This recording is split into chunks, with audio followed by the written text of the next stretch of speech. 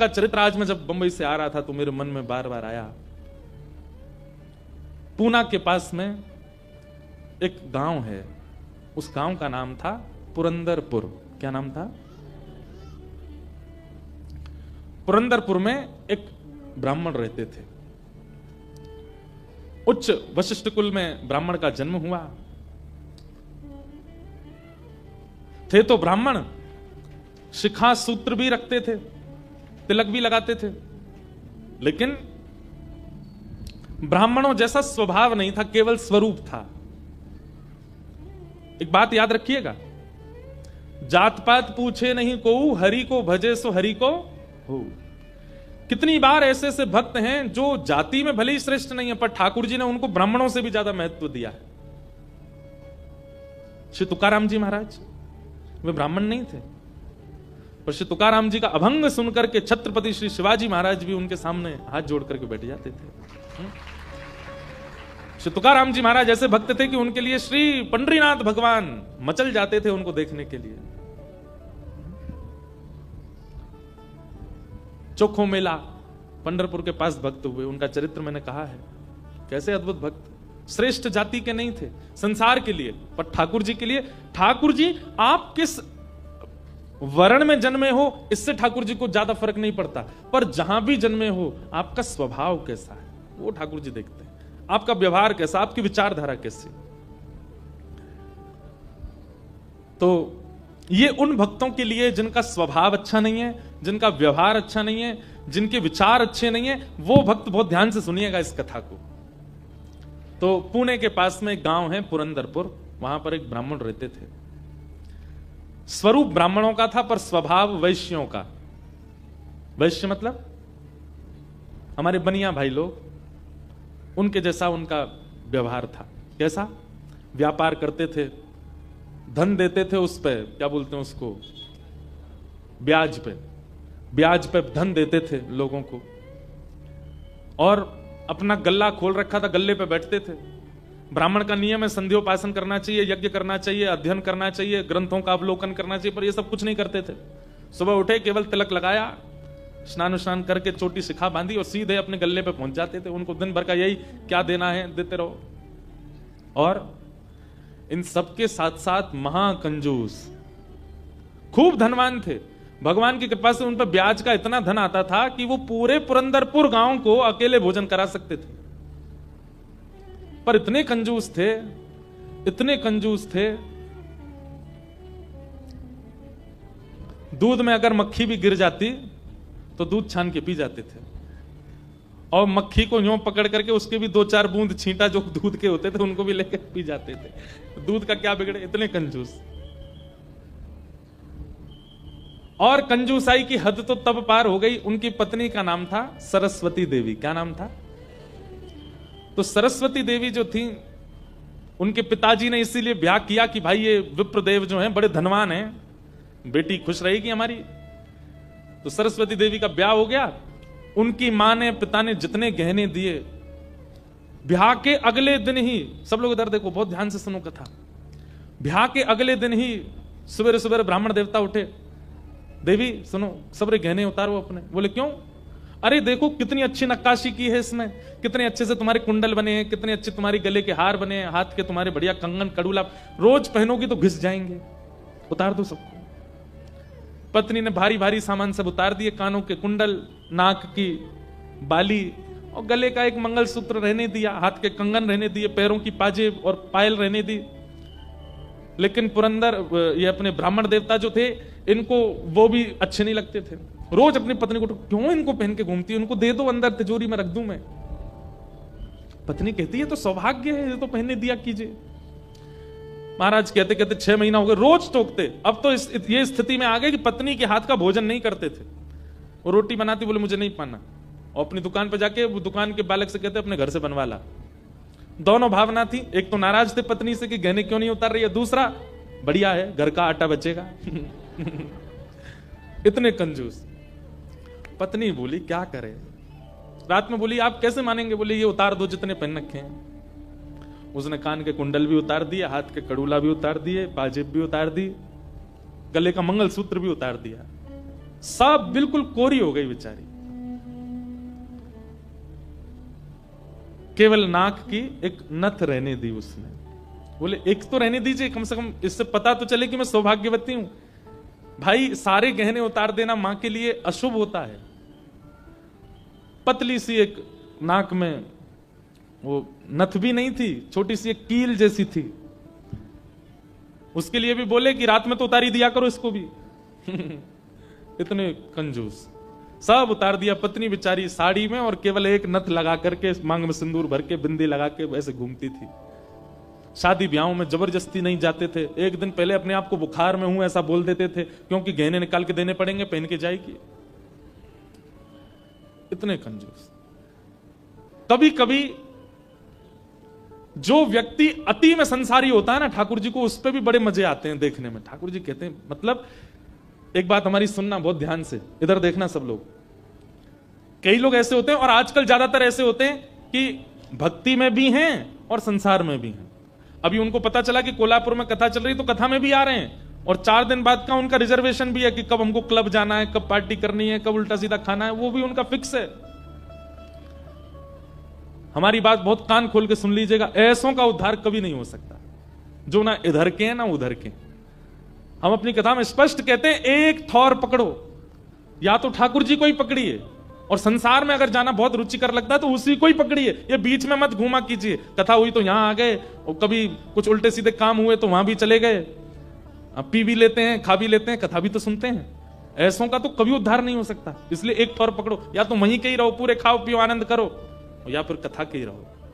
वैष्णव हो जाने का कम से कम इतना तो आप पालन कर सकते हैं कि जहां भगवत चर्चा नहीं है, जहां भगवदीय लोग नहीं है, जहां पर ऐसी व्यवस्था नहीं है, वहां से थोड़ा परहेज करो, वहां नहीं जाना है। आपको क्या पता कौन सी व्यवस्था, कौन सा भाव आपके चित्त को परिवर्तित कर दे। तो इसलिए हमारी प्रार्थना है, ये बीच के मत रहिए, इधर उधर घूमते रहते हैं, एक तरफ जाइए, एक तरफ पकड़िए। संसार अच्छा लगता है तो पूरे पूरे जाओ वहीं पे। तो कभी कभी ठाकुर जी पूरे पूरे संसारियों पे भी ठाकुर जी रीझ जाते हैं। ठाकुर जी बोले, भाई ये ब्राह्मण देवता बड़ा बहुत अच्छा लग रहा हमको। क्यों? बोले इतना कंजूस तो हमने कभी नहीं देखा है, बहुत भयंकर कंजूस है। ठाकुर जी का मन आ गया उस पर। अच्छा, जो पत्नी थी ना सरस्वती देवी, वो बड़ी भक्ता थी, वो तो नाम जप भी करती थी, वो दर्शन करने के लिए भी जाती थी, लेकिन ये नहीं जाते थे उसके साथ। वो अपने माता पिता के मायके जब जाती थी तो मायके वाले लेके जाते थे उसको दर्शन कराने, ये तो कभी नहीं लेके जाते थे, तो कंजूस थे, खर्चा होगा। और मायके भी खुद नहीं लेके जाते, इनके भाइयों से बोल देते तुम्हें ही आके ले जाओ, उसमें भी खर्चा ना हो मेरा। सोचो कितनी ऊंचे लेवल के कंजूस। तभी ठाकुर जी का मन आ गया इस पे, तो इसको देखूं मैं एक बार। और हमारे श्री पंडरीनाथ भगवान, श्री विठ्ठल भगवान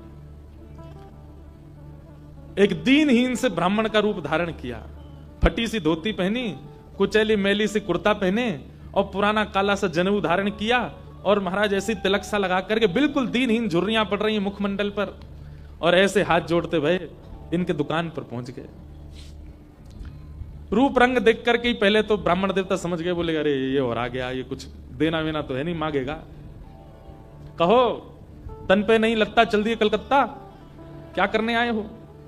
ठाकुर जी बोले, बहुत गरीब ब्राह्मण हूं मैं, मेरी बेटी का ब्याह होने वाला है, अपनी पुत्री का ब्याह करना है मुझे, और मुझे ब्याह के लिए थोड़ी व्यवस्था चाहिए धन की। आप तो बहुत बड़े धनवान सेठ हैं, कृपा कर दीजिए ना, कुछ दे दीजिए मुझको, मैं अपनी बेटी का ब्याह कर दूंगा और थोड़ा ठीक हो जाएगा। या तो धन दे दीजिए, नहीं तो कुछ सामान दे दीजिए, सामग्री दे दीजिए, मैं उसी से कुछ ना कुछ तो व्यवस्था करूं।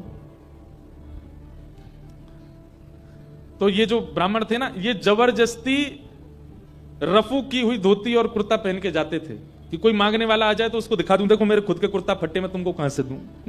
तो ठाकुर जी को दिखाने लगे, देखो मेरी धोती यहां से उधरी हुई है, मेरा कुर्ता यहां से फटा हुआ, कैसे तुमको दूं, मैं खुद नहीं अपने नए खरीद पा रहा, तुमको कहां से दूं भाई। ये सब तो केवल बाहर का दिखावा है, मेरे पे कोई पैसा वैसा कुछ नहीं है, दूसरों का धन ले रखा है मैंने, भैया चलते बनो, कहीं और जाओ, किसी और से मांगो, भगवान करे तुम्हारी बेटी का ब्याह बहुत अच्छा हो।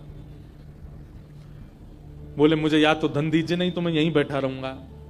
ठाकुर जी जिद पे आ जाएं तो उनको कौन हटावे। ठाकुर जी वहीं बैठ गए द्वार पे, बोले मुझे धन दो, ऐसे तो नहीं जाऊंगा, मैं आपके दर पे आया हूं, कुछ तो लेके जाऊंगा, मेरी बेटी का ब्याह है। अंत में हार करके ब्राह्मण बोला, देखो मैं ऐसे नहीं देता हूं, कुछ लाओ, मेरे पास गिरवी रखो, पैसा ले जाओ, और जब पैसा हो जाए तो पैसा देके अपना सामान ले जाना, तुम पे है कुछ देने के लिए? ठाकुर जी बोले, मुझ पे तो कुछ भी नहीं है, मुझसे कुछ काम करा लीजिए दुकान में, मैं ये कर दूंगा, आपकी साफ सफाई कर दूंगा, इतना कर सकता हूं, उसके बदले कुछ दे। बोले, उसकी जरूरत नहीं है, सब है नौकर चाकर मेरे पास, मैं तुम्हें बस इतना कह सकता हूं, कोई मूल्यवान सामग्री दो, पैसा ले जाओ, और जब पैसा हो जाए तो पैसा वापस दे के सामग्री ले जाना। मतलब इतना भी दान नहीं कर सकता मैं। ठाकुर जी बोले, ठीक है, मैं जाता हूं, कुछ ढूंढ के लाता हूं। ठाकुर जी भी इतने खेलते हैं, ठाकुर जी जैसा खिलाड़ी नहीं है दुनिया में, इतना बड़ा खिलाड़ी कोई नहीं हो सकता। ठाकुर जी गए उस ब्राह्मण देवता के घर, और घर जाकर के द्वार पे खड़े होकर रोने लगे। इतना रोए, भीतर से सरस्वती देवी निकल के आई। अरे अरे अरे अरे ब्राह्मण देवता, आप इतना रो क्यों रहे हैं, क्या बात है? छोटी सी मेरी लाली बड़ी हो गई है, उसका ब्याह के लिए मैं बहुत दिन से वर ढूंढ रहा था, बड़ी मुश्किल से एक लड़का मिला है, अपनी बेटी का ब्याह करना है। बहुत जगह ठोकरें खा के मांगा मैंने, मुझे किसी ने सहायता नहीं दी, अंत में तुम्हारे द्वार आया हूं, यहां भी नहीं मिला, बेटी को क्या मुंह दिखाऊंगा, यहीं प्राण त्याग दूंगा, जहर मेरी जेब में ही रखा है। सरस्वती देवी तो बेचारी बड़ी भावुक, भक्त का इस स्वभाव है कि वो दूसरे की पीड़ा देख ही नहीं पाएगा, तब समझो वो भक्त है। जो दूसरे की पीड़ा देख ले और देख करके भी बिल्कुल उसका मन घबराए ना, मन बिल्कुल नेत्र सजल ना हो, समझना उसमें भक्ति भाव उचित है नहीं। सरस्वती देवी तो रोने लगी, आंखें लाल पड़ गई। बोले, भगवान मेरा मन, अगर मुझ में सामर्थ होती मैं पूरा घर आपको दे देती, पर मैं क्या करूं? मेरे पतिदेव इतना प्रतिबंध लगा के रखते हैं कि मैं स्वयं ऐसे रहती हूं, मैं आपको क्या दूं? ठाकुर जी तो इतने पछाड़ खा के गिर पड़े। अरे हाय राम, अब तो मैं जहर खाना ही पड़ेगा, निकालू कहां है? सरस्वती देवी, रुकी रुकी रुकी, ऐसा मत कीजिए भगवान, चरण पकड़ूं आपके, मेरे पास एक ही वस्तु है। और तुरंत अपनी नाक की जो कील थी वो निकाली, और निकाल करके बोले, ये ले जाइए, इससे थोड़ा बहुत धन आपको मिल जाएगा, स्वर्ण की है, आप अपनी बेटी का ब्याह तो नहीं कर पाएंगे पर कुछ व्यवस्था तो हो जाएगी आपकी। ठाकुर जी तुरंत, जहर भी पता नहीं कहीं गिर गया था, बढ़िया तुमने दे दिया, अब मैं कुछ कर लूंगा व्यवस्था। ठाकुर जी वो कील उसकी नाक की ले ली और सीधे गए उस ब्राह्मण की दुकान पर। देखो कितने उद्यमी हैं ठाकुर जी, और उसके दुकान पर जाके सीधा ले ले, और इसके बदले अब ला पैसा दे मुझको, तू कह रहा था ना कुछ सामान दो, उसके बदले पैसा मिलेगा, ये ले सोने की कील नाक की, धर ले अपने पास, ला पैसा दे। ब्राह्मण देवता ने जैसी कील देखी, ये आपको कहां से मिली? बोले, उससे तुझको क्या, तू पैसा दे। मुझे कहां से मिली इससे तेरे को मतलब नहीं होना, तू पैसा दे मेरे को, मेरी बेटी का ब्याह है, और अब मैं तेरे से भीख नहीं मांग रहा हूं, चीज रख के गिरवी तब ले रहा हूं, ला दे। बेचारा फंस गया, वो क्या करे, वो 3-4 बार सोचे, बोले मिली कहां से? बोले तू मत सोच, मुझे पैसा दे। कील उसने तिजोरी में अंदर रखी, ताला लगाया, और उसका जो धन होता था वो धन ठाकुर जी को दिया। ठाकुर जी ने जेब में धरी, निकल गए वहां से। ब्राह्मण ने अपनी भुजा ऊपर करी, बोले इसको बताता हूं, ये बहुत दानवीर बनती है अपने मन में, मैंने इसको बोला था एक कील पहने, वो तो बहुत अच्छी कृपा मुझ पर ठाकुर जी की, जो मैंने इसके सारे गहने उतरवा दिए, नहीं तो सब दान कर देती, एक कील छोड़ी वो भी दान कर दी किसी को। पहुंच गए। अब यहां वो ब्राह्मण जा ही रहा था अपने घर, उससे पहले दुकान का जो मुनीम था वो बेचारा सरस्वती देवी को बहुत मानता था, कभी कभी सहायता कर देती होंगी उसकी। वो सेठ जी से, इनसे ब्राह्मण देवता से पहले ही दौड़ के गया और जाके बोला, मैया आज बचो आप। बोले क्यों, आपने कोई कील दी थी किसी को? बोले हाँ दी तो थी, एक ब्राह्मण के ब्याह के लिए दे दी थी। क्या हो गया? उसने जाके वो आपके पतिदेव को ही दिया और बदले में ले गया पैसा। सरस्वती देवी, हाय नाथ अब नहीं बचूंगी, वो तो बहुत डांटेंगे। बोले वो आ रहे हैं, दुकान बंद कर दी उन्होंने, वो सीधे धोती चढ़ाए ऊपर चले आ रहे हैं सीधे, आप बचो। सरस्वती देवी बोली कहां जाऊं? हे पांडुरंगा, हे विठलनाथ, हे मेरे प्राणनाथ, मेरी रक्षा करो। ये कैसा नियम आपने, मेरे आज जीवन में पहली बार तो कुछ दान किया, वो भी एक ब्राह्मण बेचारा अपनी हत्या करने पर तुला था तो मैंने किया। ये कैसा आपने खेल किया ठाकुर जी, कैसे भी मेरे पति को रोको। लेकिन इतनी डरती थी अपने पति से, इतनी व्याकुल हो गई, तुरंत विष ले लिया। बोली कि मैं उनका क्रोध नहीं सह पाऊंगी, उनकी मार पिटाई डांट नहीं सह सकती, उससे अच्छा तो मैं प्राण त्याग दूं अपने। और श्री पांडुरंग भगवान विट्ठल की सामने सुंदर चित्रपट था, उसी के सामने नेत्र सजल हैं, हाथ में विष का प्याला लेकर के, और बस देखती जा रही है। बोले नाथ, मैंने किसी और उद्देश्य से नहीं किया, केवल एक ब्राह्मण की पुत्री का ब्याह हो जाए इसलिए किया, मेरे पति मुझे छोड़ेंगे नहीं, इससे अच्छा मैं प्राण ही त्याग रही हूं। मुझे पता है शास्त्रों में प्राण आत्महत्या करना जघन्य अपराध है, पर मेरे पास और कोई उपचार नहीं। और जैसे ही अपने मुख से लगा करके विषपान करने लगी, इतने में ही ऊपर से वो नाक की कील आकर के उसके पात्र में ही गिरी, और जैसी खन्न से आवाज हुई, नेत्र खोल करके देखा, भीतर अपने हाथ को डाल करके जैसे निकाला तो वही नाक की कील उसके हाथ में आ गई। वो नाक की कील हाथ में आते ही इतने में ही वो ब्राह्मण का प्रवेश हुआ। प्रवेश होते ही उसने भीतर से किवाड़ लगाई, ढूंढने लगा कहां है, कोई साधन मिले इसको बताता हूं। पत्नी सामने खड़ी थी। कहिए कहिए, आज कुछ कहूंगा नहीं, आज तो करूंगा। तू बता, तेने किसी को दान कैसे किया बिना मुझसे पूछे? तू क्या दान किया? तेरी नाक की कील कहां है बता? पत्नी ने अपना हाथ आगे किया, ये रे। उस ब्राह्मण ने जाकर के कील उठाई। तेरे पास कहां से आई? बोले मेरे पास ही थी। नहीं, ये तेरे पास नहीं है, ये तो मेरे पास वहां रखी है तिजोरी में, भीतर चाबी मेरी यहां डली हुई है। तेरे पास कहां से आई? बोले मेरे पास ही है, अब बहुत दिन से पहनी हुई थी, साफ करने के लिए उतारी थी थोड़ी सी। ऐसा हो ही नहीं सकता है, मैंने इसके बदले मूल्य दिया है एक ब्राह्मण को, और ये मेरी तिजोरी में रखी है, चाबी मेरे पास है। तू रुक, अभी अभी रुक, मैं अभी जाता हूं। और कील अपने संगी लेके गया। गए, जाकर के दुकान खोली, चाबी लगा करके खोली, तिजोरी जैसी खोल करके देखा, उसमें वो कील थी नहीं, वो हाथ में थी। ब्राह्मण बोला ये कोई स्वप्न नहीं है, ये कोई अचंबा नहीं है, ये कुछ और है। नेत्र सजल हो गए, दौड़ करके घर आया। बोले मुझे सच बताओ क्या हुआ? पत्नी बोली सच बताऊं? बोले हाँ, मैंने ही ब्राह्मण को दी थी। हाँ, वो ब्राह्मण वृद्ध सा, उसके कुर्ते फटे थे, उसकी धोती उधरी सी थी। बोले हाँ, उसी को दी थी, वो मुझे दे के गया था, और मैंने ये तिजोरी में रखी, तो फिर तेरे पास आई कैसे? बोले मुझे जब पता चला कि आप क्रोध करके आएंगे और मेरे को बहुत सुनाएंगे, डांटेंगे, मारेंगे, तो मैंने सोचा कि मैं इससे अच्छा तो अपने प्राण त्याग दूं। और मैं पांडुरंग के सामने रोते हुए विष लेकर के हाथ में पीने को हुई, इतने में ही आपका घुसना हुआ, और ऊपर ना जाने कहां से वो नाक की कील आकर के इसमें गिर पड़ी। ये किसी और ने नहीं, और वो ब्राह्मण कोई और नहीं, साक्षात पांडुरंगा ही थे, वही आए थे, वही आए थे, वही ये सारी लीला करके गए हैं। मैंने जीवन भर भजन किया, जीवन भर विचार किया, दान करूं, पुण्य करूं, सत्कर्म करूं, यज्ञ करूं, पर आपने मुझे कभी अनुमति नहीं दी। अरे दुनिया के लोग कमाते हैं और दान करते हैं, पर हम कितने भाग्यशाली हैं कि स्वयं पांडुरंगा आए और आकर के हमारे कमाए गए धन को स्वयं लेकर के दान करवा के गए, ब्राह्मण बन के स्वयं अपने हाथ में लेकर के गए। ये आप पर और मुझ पर कृपा है। उसी समय ब्राह्मण ने मन में सोचा, मैंने जीवन में एक कार्य भी अच्छा नहीं किया, मैंने जीवन में एक कृत्य भी ऐसा नहीं किया जिससे ठाकुर जी मुझसे प्रसन्न हो, लेकिन मैं इतना अधम, इतना पापी, इतना दुष्ट, इतना अयोग्य, फिर भी मुझे ठाकुर जी ने इस योग्य समझा। और योग्य क्या समझा? मेरी दुकान पर आकर के ठाकुर जी याचना कर रहे थे कि मैं कुछ दे दूं। मैं कितना बड़ा दुर्भाग्यशाली कि ठाकुर जी मेरे द्वार पर आए और मैंने कुछ नहीं दिया उनको, उनसे हट किया, उनसे कहा कि कुछ लेके आओ तभी तुमको दूंगा। मेरी वजह से ठाकुर जी को श्रम सहना पड़ा। कितने कृपालु हैं बंधुओं ठाकुर जी, आपके अवगुण नहीं देखते। मैं एक बात कथा में कहा करता हूं कि मानव में और परमात्मा में अंतर क्या है? मानव वो जो सब अत्यंत गुणवान में भी अवगुण देखता है, और ठाकुर जी कौन? जो अत्यंत अवगुणी में भी एक गुण देख लेते हैं, इसमें ये गुण है।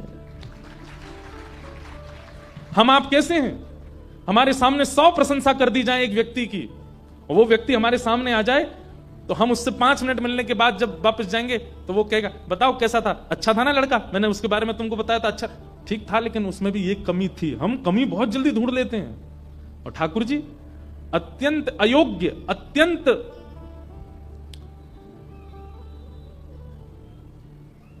विचलित व्यक्ति में भी एक गुण खोज लेते हैं, इसीलिए वो ठाकुर जी। उसी समय उस ब्राह्मण देवता ने विचार किया कि अब किसके लिए जीना है। अपनी दुकान बंद कर दी, दुकान को बेच दिया, घर को बेच दिया और पत्नी के साथ आ गए श्री पंढरपुर। और पंढरपुर में विट्ठल भगवान के आगे आकर के बहुत रोए, याचना करने लगे, नाथ मेरे दुकान पर आप खड़े हो गए आकर के, और मैंने आपको इस प्रकार से दुत्कार दिया, इस प्रकार से आपको कर दिया। बहुत रोए। आहा,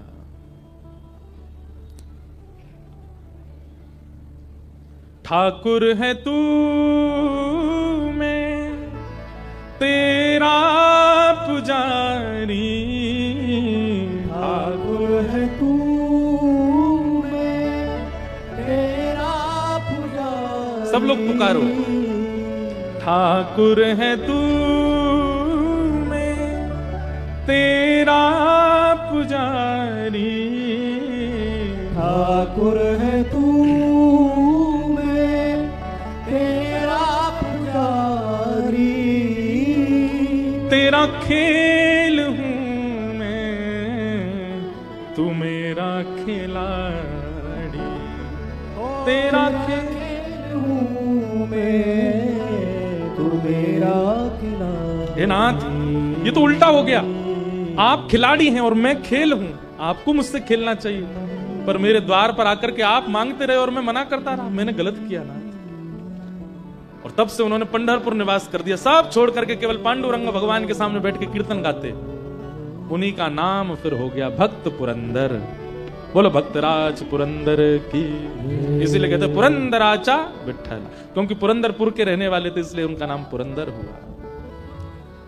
और ठाकुर जी के आगे गा रहे हैं, बोलो पंडरीनाथ भगवान की। ऐसे ठाकुर जी ने पुरंदर को स्वीकार किया और उनका नाम पड़ गया पुरंदर दास। क्या नाम पड़ा? क्योंकि वो पुरंदरपुर के निवासी, इसलिए उनका मूल नाम तो कुछ और ही था, पर उनको सब पुरंदर दास कहते थे। श्री पुरंदर दास जी, आप नित्य भगवान के सामने जाते और श्री पंडरीनाथ भगवान से जाके कहते मुझे दंड दीजिए। कोई भक्त ठाकुर जी से कह सकता है मुझे दंड दो भैया, नहीं ठीक करो इसको? कोई कह सकता है? कोई नहीं। हम लोग तो केवल ठाकुर जी से सुख की कामना करने वाले लोग हैं, कभी ठाकुर जी से कष्ट नहीं मांग सकते।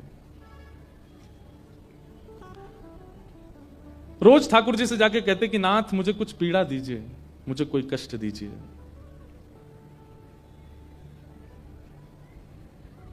कोई कष्ट दो, कोई पीड़ा दो।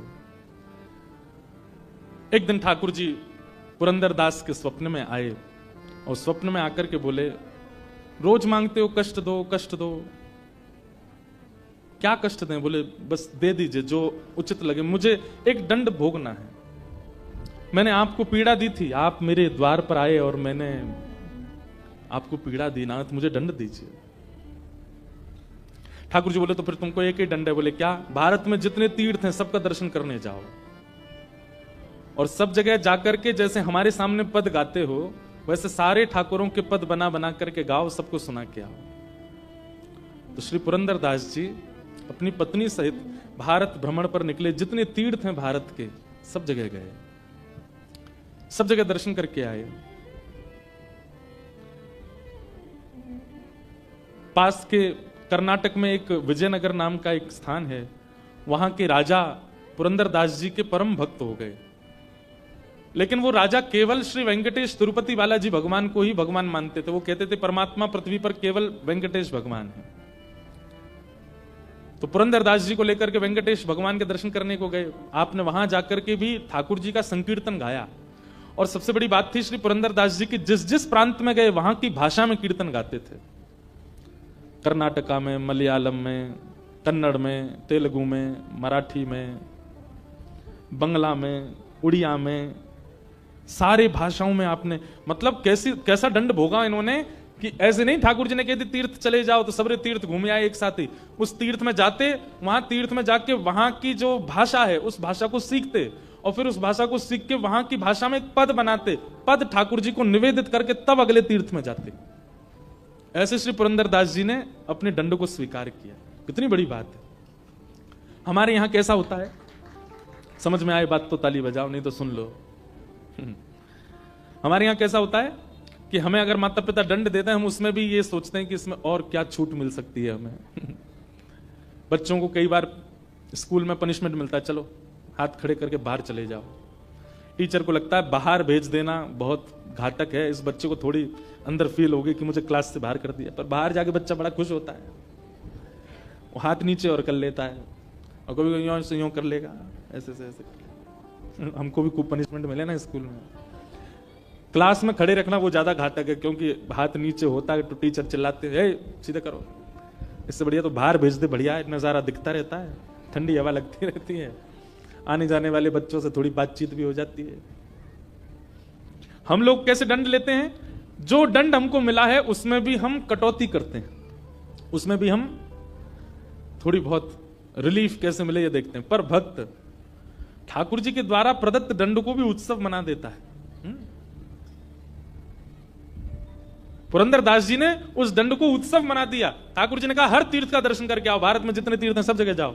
उस तीर्थ में जाते और इतने दिन रहते कि वहां की भाषा आ जाए, और फिर उस भाषा में एक पद बनाते, ठाकुर जी को निवेदित करते, निवेदित करने के बाद फिर प्रणाम करके अगले तीर्थ में जाते, एक अच्छा खासा समय तीर्थ में व्यतीत करते। ऐसे श्री पुरंदर जी।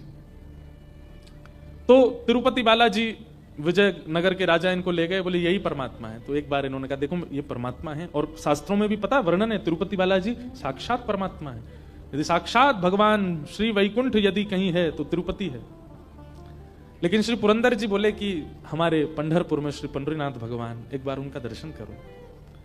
तो विजयनगर के राजा फिर पंढरपुर आए, और जैसे ही पंढरीनाथ भगवान की छवि को देखा, कमर पर हाथ, सुंदर ते ध्यान उभे विटेवरी, सुंदर ते ध्यान उभे विटेवरी, सुंदर ते ध्यान उभे विटेवरी, सुंदर ते ध्यान कर कटावरी थे बुनिया, सुंदर ते ध्यान उभे विटेवरी, सुंदर ते तुलसी हार गला कासे पीतांबर, तुलसी हार। गाइए, ये तो आपकी भाषा में है। हरी मैया ऐसे गा रहे हैं जैसे आज एकादशी आप लोगों की है। भाई हम वृंदावन के मराठी में गा सकते हैं, आप तो महाराष्ट्र के हो, क्यों नहीं गा रहे हो? कैसे हैं ठाकुर जी?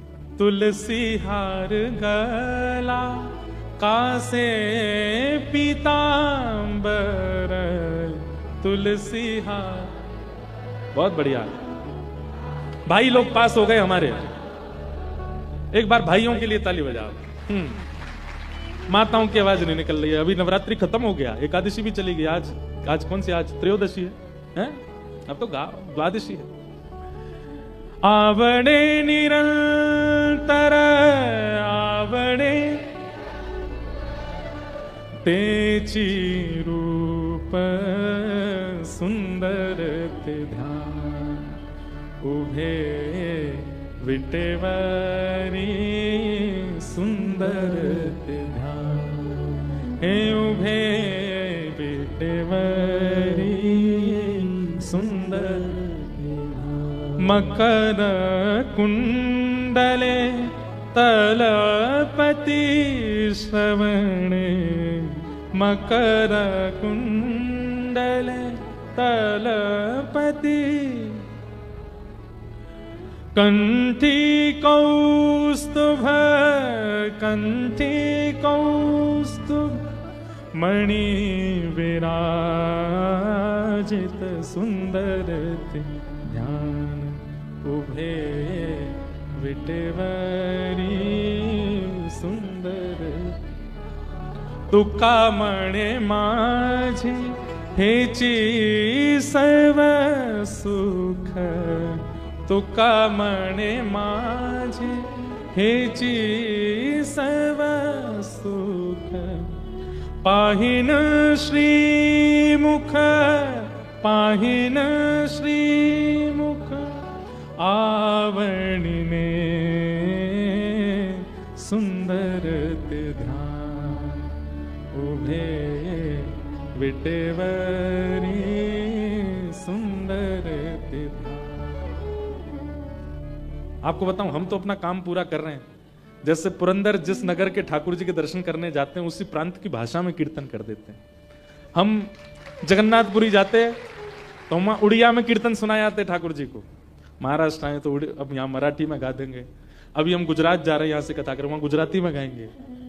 हम तो पुरंदर दास की तरह अपनी लीला कर रहे हैं पूरी। आप सोचो, महाराष्ट्र में रह के मराठी नहीं गा रहे हो, लेकिन आप सब जब गा रहे थे ना, एक एक रोआ खड़ा हो रहा था। गाया कीजिए। देखो, दुनिया के लिए नहीं गाना है, दुनिया के लिए नहीं नाचना है, दुनिया के लिए ना रोना है, दुनिया के लिए ना चलना है, दुनिया के लिए ना सजना है, ना संवरना है। ये सारे गुण केवल ठाकुर जी के लिए करना। गाना भी उन्हीं के लिए, नाचना भी उन्हीं के लिए, हंसना भी उन्हीं के लिए, हंसाना भी उन्हीं के लिए, सजना भी उन्हीं के लिए, सब कुछ उन्हीं के लिए करो। ये भक्त का स्वरूप होता है। विजयनगर के राजा ने जैसे ही पंडरीनाथ भगवान का दर्शन किया, आहा, वो तो मोहित हो गया। वो कहते फिर लीला हुई, ठाकुर जी फिर कुछ दिन विजयनगर में विराजे उस राजा के सुख के लिए। कथा है उसमें और गुरुजनों से सुन के फिर सुनाऊंगा उसे। तो पुरंदर दास सारे नगरों में जाते और सब प्रांतों में, तीर्थों में जाकर के वहां के ठाकुर जी का कीर्तन गा करके उनको आनंदित कर देते। अब ऐसा होने लगा कि पुरंदर दास जैसे ही प्रवेश करते थे मंदिर में सुगंधी तो रहती ही है, लेकिन पुरंदर दास के आते ही अद्भुत सुगंधी वातावरण इतना सुगंधित हो जाता और श्री ठाकुर जी ऐसे चमकने लग जाते जैसे कोई मणि चमक रही हो। अब तो ये होने लगा कि लोग बाग समझ जाते थे, जैसे ही सुगंधी आती ठाकुर जी चमकते तो सब पीछे देखते, जरूर पुरंदर दास आया होगा। उसको देखने के लिए ठाकुर जी लालायित रहते थे। ये वही हैं, 1 रुपया 1 कील के पीछे वो कर दिया था। ठाकुर जी को जिस पर कृपा करनी होती है वो कितना भी अधम हो, अधम को भी अपना परम भक्त बना लेते हैं। बस कृपा होनी चाहिए। अब इसमें एक बात आएगी तो आप लोग कहीं ये सोचने लग जाओ हम भी कंजूस हो जाएं, हम पे भी हो जाएगी कृपा। आपने कथा सुन ली, अब नहीं होगा ये काम। नहीं सुनी होती और आप कंजूस स्वाभाविक होते तो कुछ होता भी। अब सुनकर के अगर दोष उत्पन्न करने जाओगे तो मार और पड़ेगी ठाकुर जी से, नहीं होगी कृपा। तो कहीं इससे आप प्रेरित मत हो जाना कि पुरंदर दास पर भी तो कितनी कृपा। दूसरी बात, पुरंदर दास भले कंजूस था पर उनकी धर्म पत्नी वो तो भक्त थी ना, उसकी कृपा से उसको ठाकुर जी मिल गए। भाई देखो, पाणी ग्रहण संस्कार ब्याह होता है ना, वो पत्नी का नाम पाप पत्नी नहीं है, भोग पत्नी नहीं, उसका नाम ही है धर्म पत्नी। वो जो भी धर्म करेगी अगर चाहेगी तो आपका कल्याण होगा उससे। इसलिए भैया रोज हाथ जोड़ा करो इनके आगे, थोड़ा बहुत हमको भी दे देना अपना पुण्य। वैसे पत्नियां अपने लिए करती नहीं है, वो करती अपने पति बच्चों के लिए, वो अपने लिए करती कहां है। दुनिया में जितने भी पुरुष सर्वश्रेष्ठ हो रहे हैं वो सब अपनी पत्नी की कृपा से ही हो रहे हैं। और इसका प्रमाण लक्ष्मी जी इन्हीं की कृपा से ये इतने पूज रहे हैं पूरी दुनिया में। पत्नी का बहुत बड़ा रोल होता है पति को कुछ बनाने में। तो अब पुरंदर दास की बड़ी ख्याति हो गई पूरे पंढरपुर में। या तो भीड़ पंडरीनाथ जी के दर्शन करने को होती है या पुरंदर के दर्शन करने को होती है। लोग उनका कीर्तन सुनने जाते थे, बैठते थे। वैष्णव को चाहिए अगर बहुत मान सम्मान प्रतिष्ठा मिलने लग जाए तो प्रतिष्ठा देने वाले को रोक तो नहीं सकते, पर हाथ जोड़ करके उसी समय नेत्र बंद करके ध्यान करे कि हे नाथ मैं इस लायक नहीं हूं, ये सब आपकी कृपा है, ये आपका ही है। ठाकुर जी बोले अब थोड़ी सी और परीक्षा ली जाए पुरंदर दास की। पहले तो इसको हमने अत्यंत कंजूस से अपना दास बना लिया, अब ये दास बन गया है, अब इसका मन कैसा है इसकी थोड़ी परीक्षा ली जाए। तो पंढरपुर में एक नृत्यांगना थी, एक नृत्य करने वाली, बहुत अच्छा नृत्य करती थी वो। उसका नृत्य देखने के लिए बड़े बड़े दूर से लोग और कुछ मनचले लोग ही जाते हैं देखने के लिए। लेकिन वो थी तो नृत्यांगना, अपना जीवन यापन करने के लिए नृत्य करती थी, पर श्री पंडरीनाथ भगवान से बहुत प्रेम करती थी, भक्त थी। लेकिन मजबूरी में उसको ऐसा करना पड़ता था क्योंकि घर चलाना है। ऐसी थी कि उसके मन में यह भावना आती थी, वो जब लोगों को सामने देखती थी और जब उसकी वाहवाही करते थे ना लोग, हा क्या नाचती हो तुम, क्या बढ़िया, लोग उस पर धन लुटाते थे, तो वो उस समय नेत्र बंद करके सोचती कभी पंडरीनाथ मेरे सामने ऐसे बैठे हो, और मैं उनको नृत्य करके रिझाऊं, उनके सामने नाचूं। कभी मेरे नाथ मेरे नृत्य देखने के लिए आवे। और वो रोज पंढरपुर जाती, पंडरीनाथ विठल भगवान का दर्शन करके उनसे यही प्रार्थना की कि कभी आप मेरा नृत्य देखने आओ। वैसे है वो पवित्र नृत्य तो नहीं है, लेकिन नाथ मेरा भाव बहुत पवित्र है, कभी मेरे नृत्य में आप पधारो। तो पंडरीनाथ के पास में बहुत लंबा निमंत्रण था, बहुत दिनों से निमंत्रण था। ठाकुर जी बोले भाई ये रोज हमको निमंत्रण देके जाती है, एक दिन चलें इसके नृत्य में, थोड़ा देख के आवे। ठाकुर जी बोले ऐसे गए तो हो गया काम, क्या करें। तो बैठे बैठे ठाकुर जी बोले ओहो इस नृत्यांगना का निमंत्रण है बहुत दिनों से, और पुरंदर दास की हमको परीक्षा भी देनी है। तो ठाकुर जी ने पुरंदर दास का ही रूप धारण किया और पुरंदर दास का रूप धारण करके उस नृत्यांगना का नृत्य देखने गए ठाकुर जी। महाराज जैसे ही पुरंदर दास का उस सभा में प्रवेश हुआ, सब हक्का बक्का रह गए और सबके मुंह पे आता अरे पुरंदर दास यहां। औरों की तो चले क्या, वो नृत्यांगना भी रुक गई। पुरंदर दास आए नृत्य देखने, आए तो जो खा पी रहे थे लोग वो सब सतर्क हो गए, सब सम्मान करते थे उनका, थोड़े दूर खड़े हो गए, सब हाथ जोड़ करके सबने मुंह पोंछा, अपने हाथ वाथ धो लिए, भैया पुरंदर दास आए, कुछ कहने आए होंगे। नृत्यांगना भी रुक गई एक कोने में जाकर के, बोले ये क्यों आए, कुछ समाचार देने आए, कुछ कहने आए, उपदेश करने आए, कीर्तन सुनाने क्यों आए हैं। पुरंदर दास बोले कहां बैठते हैं लोग, अच्छा इनमें बैठते हैं। तुरंत एक मसनद ली उस पर ऐसे हाँ नाचो, तुम नाचती क्यों नहीं, हम तुम्हारा नृत्य देखने आए। और वहां सब लोग राम राम राम राम, सुबह भक्ति करता है, मंदिर में जाके करताल बजाता है, मंजीरा पीटता है, बता नृत्य देखने आया। लेकिन वो नृत्यांगना जो थी ना, उसके नेत्र सजल हो गए। बोले हरि तो नहीं आए लेकिन हरिजन आए हैं, ये जरूर मेरे पंडरीनाथ ने भेजे होंगे। एक बात कहें भैया, हरि यदि प्रसन्न हो गए तो हरि प्रसन्न हो तो वैकुंठ देत। हरि अगर प्रसन्न होंगे तो वैकुंठ देंगे, लेकिन हरिजन यदि प्रसन्न हो गए तो वो तो हरि को ही दे देंगे आपको। इसलिए हरि प्रसन्न हो इसकी ज्यादा इच्छा मत रखो, हरिजन प्रसन्न हो, हरि के भक्त प्रसन्न हो। नृत्यांगना तो नेत्र सजल हो गए उसके, और वो नृत्य करने लगी और ये भावना करने लगी कि ये हरिजन नहीं, साक्षात मेरे विठ्ठल आए आज मेरा नृत्य देखने। वो स्वयं तो नहीं आएंगे, इसलिए पुरंदर दास को भेज दिया है। भावना बहुत ऊंची चीज है बंधुओं, आज इसी भाव से कथा का प्रारंभ किया, तो भावना करना प्रारंभ कीजिए। और नृत्यांगना ने ऐसा नृत्य किया, बहुत सुव्यवस्थित किया, उसमें कुछ किसी भी प्रकार का ओछापन नहीं था नृत्य में, बहुत अच्छा नृत्य किया। और नृत्य करके जब नृत्य में द्रुत गति उसने पकड़ी, पुरंदर दास तो ताली बजाने लगे, पुरंदर दास भी नृत्य करने लगे। अब संग वाले कहे राम राम, ये क्या जमाना आ गया, कलयुग, घोर कलयुग आ गया है। लोग बाग तो चिढ़ने वाले तो सबके होते हैं भाई, किसी जिसका सम्मान बहुत होता है ना, जिसके बहुत प्रेम करने वाले होते हैं, उससे प्रेम करने वालों से ज्यादा चिढ़ने वाले होते हैं। अब तो वही सब जो पहले से वहां बैठे थे वो दौड़ दौड़ करके गए और नगर के लोगों को निमंत्रण, आओ आओ आओ दिखाएं, तुमको दिखाएं, देखो वहां नृत्यांगना का नृत्य देखने कौन आया। और वहां लोग पहले तो जाम, अरे नहीं ऐसी जगह हम नहीं जाएंगे, अरे तुम नहीं जाओगे, तुम जिसका सत्संग सुनते हो वो पुरंदर दास बैठा है वहां पे, चलो देखो। सब जाकर के देखें पुरंदर दास को, तो अरे राम ये बैठे यहां पर नृत्य देख रहे हैं। पूरे नगर में हवा की तरह बात फैल गई। कथा के बड़े बड़े पोस्टर लगा दो तो भी आदमी 8:30 के बाद ही आएगा।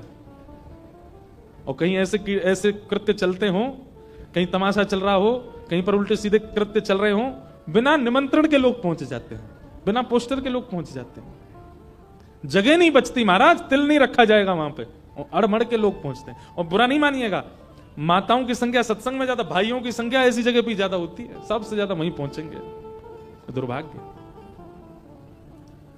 एक पद मुझे याद तो आ रहा है पर अभी नहीं गाऊंगा, थोड़ी देर में सुनाता हूं। कबीरदास जी का पद मुझे याद दिला देना, कबीरदास जी का पद गाना है, गाऊंगा। तो सब लोग देखने लगे। पुरंदर दास जी बोले वाह वाह वाह वाह, आनंद आ गया, क्या नृत्य किया तुमने, मैं कुछ देना चाहता हूं, कुछ है नहीं मेरे पास, क्या करूं। तो अपना सोने का कड़ूला उतार करके और उसको दे दिया, लो तुम्हारा, और दे करके चले गए। लोग बाग क्या कहें, अरे राम कितना गलत हुआ। लेकिन वो कड़ूला पुरंदर दास का नहीं था, श्री विठ्ठल भगवान का था। और देख करके ठाकुर जी तो मंदिर में जाके व्यवस्थित हो गए, परीक्षा भी हो गई और निमंत्रण भी स्वीकार हो गया, दोनों काम कर आए। ठाकुर जी के चक्कर में पड़ मत जाना, किसी दिन बहुत खेलते हैं, इन जैसा खेल कोई नहीं खेलेगा।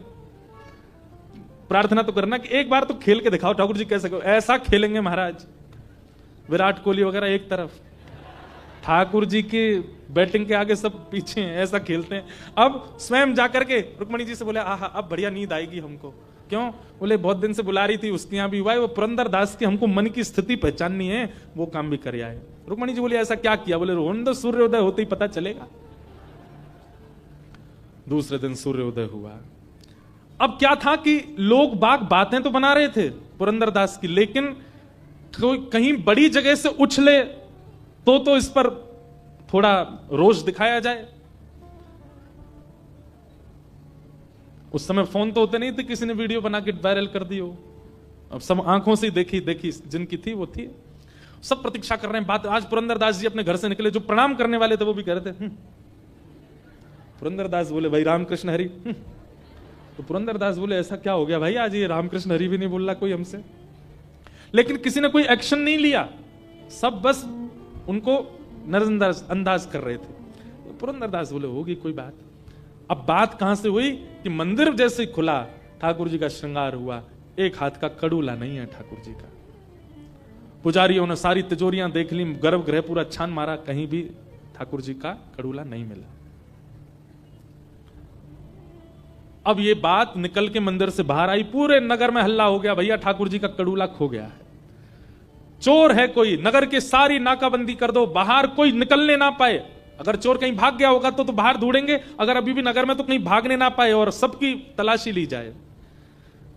कड़ूला चोरी होने की खबर जैसे ही लोगों तक पहुंची तो जो लोग रात में नृत्य में थे वो सब मंदिर पहुंच गए। वैसे कभी मंदिर नहीं जाते थे, आज पहुंच गए। नहा धोकर के तिलक लगा के बाल वाल काट के बोले ठाकुर जी का कड़ूला खोया। बोला हाँ। उसमें 2 शेर बने थे। बोले हाँ। उसमें कुछ ऐसा? बोले हाँ। अरे ये तो कल रात में पुरंदर दास पहन के घूम रहा था। बोले पुरंदर दास वो तो परम भक्त है भगवान। अरे भक्त? गली गली के आदमी से पूछ लो कैसा भक्त है वो, हमने अपनी आंखों से देखा कल उसको।